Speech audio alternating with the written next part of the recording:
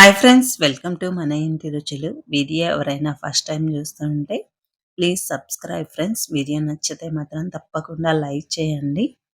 రవ్వ, పాలు పోసి ఇలా బిస్కెట్స్ చేస్తే మనం చాలా టేస్టీగా ఉంటాయన్నమాట. 1 మంత్ వరకు స్టోర్ కూడా ఉంటాయి. ఈ బిస్కెట్స్ వచ్చేసి మనకి మైల్డ్ స్వీట్‌తో చాలా టేస్టీగా ఉంటాయన్నమాట. ఎలా ప్రిపేర్ చేయాలో చూపిస్తాను రండి. ఫస్ట్ 1 కప్ బొంబాయి రవ్వ, 5 టేబుల్ స్పూన్ల మైదా పిండి తీసుకోవాలన్నమాట. కొద్దిగా ఇలాచీ పౌడర్, 2 టేబుల్ స్పూన్ల నువ్వులు, 1 టేబుల్ స్పూన్ ఎండు కొబ్బరి పొడి, డ్రై ఫ్రూట్స్ అన్నమాట.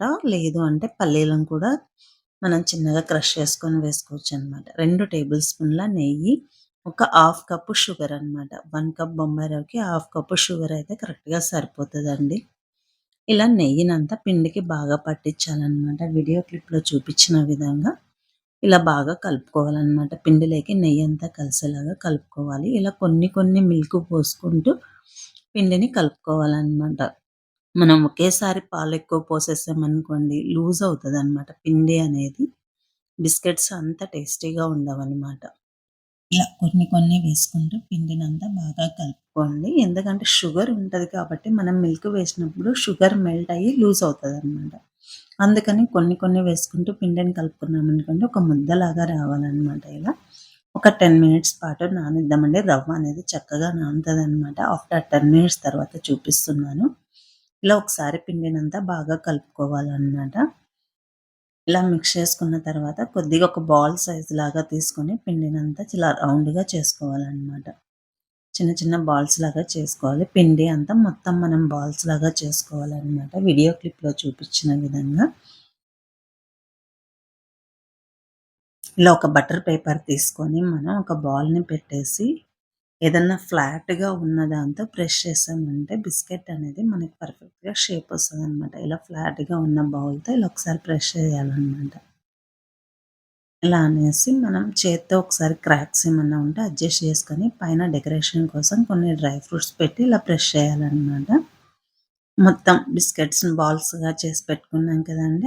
అవన్నీ మొత్తం పెట్టేసి మనం ఒకేసారి కూడా చేసుకోవచ్చనమాట. అది మీకు వీడియోలో కూడా చూపిస్తాను చూడండి. ఇలా బాల్స్ పెట్టేసి మనము ఇలా ప్రెస్ చేసుకోవచ్చనమాట. పని అంటే ఫాస్ట్‌గా అవుతాయన్నమాట బిస్కెట్స్ అనేది మనకి. ఇలా మొత్తం బిస్కెట్స్‌నన్నీ రెడీగా పెట్టుకోవాలనమాట. పైన డ్రై ఫ్రూట్స్ మనం పెట్టుకొని ప్రెస్ చేసామంటే సరిపోతదనమాట. ఇలా అన్ని బిస్కెట్స్‌ని రెడీ చేసుకోవాలనమాట. ఓకేనా ఫ్రెండ్స్? మనం ఇలా డ్రై ఫ్రూట్స్ పెట్టి ప్రెస్ చేయాలనమాట. ఇలా క్రాక్స్ ఏమన్నా ఉంటే అడ్జస్ట్ చేసుకోండి. ఇక్కడ డీప్ ఫ్రైకి సరిపడా ఆయిల్ పెట్టి ఆయిల్ అనేది మీడియం ఫ్లేమ్‌లో హీట్ చేసుకోవాలనమాట. ఇలా బిస్కెట్స్‌ని వన్ బై వన్ యాడ్ చేయాలనమాట. ఒక 2 మినిట్స్ పాటు కదిలించకండి. ఎందుకంటే బిస్కెట్ అనేది విరిగిపోయే ఛాన్స్ ఉంటదనమాట. ఒక 2 మినిట్స్ తర్వాత చూపిస్తున్నాను. ఇలా స్లోగా సెకండ్ వైపు కూడా టర్న్ చేయండి. బిస్కెట్స్ అన్నిటిని ఇలా వీడియో క్లిప్‌లో చూపించిన విధంగా స్లోగా చేయండనమాట టర్న్ అనేది. ఎందుకంటే సాఫ్ట్‌గా ఉంటది కాబట్టి కొంచెం విరిగిపోయే ఛాన్స్ ఉంటదనమాట మనకి. ఇలా 2 సైడ్స్ మనం మంచి గోల్డెన్ కలర్ వచ్చే వరకు ఫ్రై చేసుకోవాలనమాట. మీడియం ఫ్లేమ్‌లోనే ఫ్రై చేయాలండి. ఇలా మంచిగా కలర్ వచ్చాక మనం బిస్కెట్స్‌ని పక్కకు తీసుకోవడమే అనమాట ఒక ప్లేట్‌లోకి. ఇక్కడ రిమైనింగ్ బిస్కెట్స్‌ని కూడా ఇలా వేయించేసుకోవడమే అనమాట. మనం హై ఫ్లేమ్‌లో పెడితే సరిగా అనేది లోపల వేగదండి. మరీ లో ఫ్లేమ్‌లో కూడా పెట్టకండి. మీడియం ఫ్లేమ్ అయితే మనకు కరెక్ట్‌గా సరిపోతదనమాట. ఇలా అన్ని బిస్కెట్స్‌ని మనం ఫ్రై చేసుకోవాలనమాట.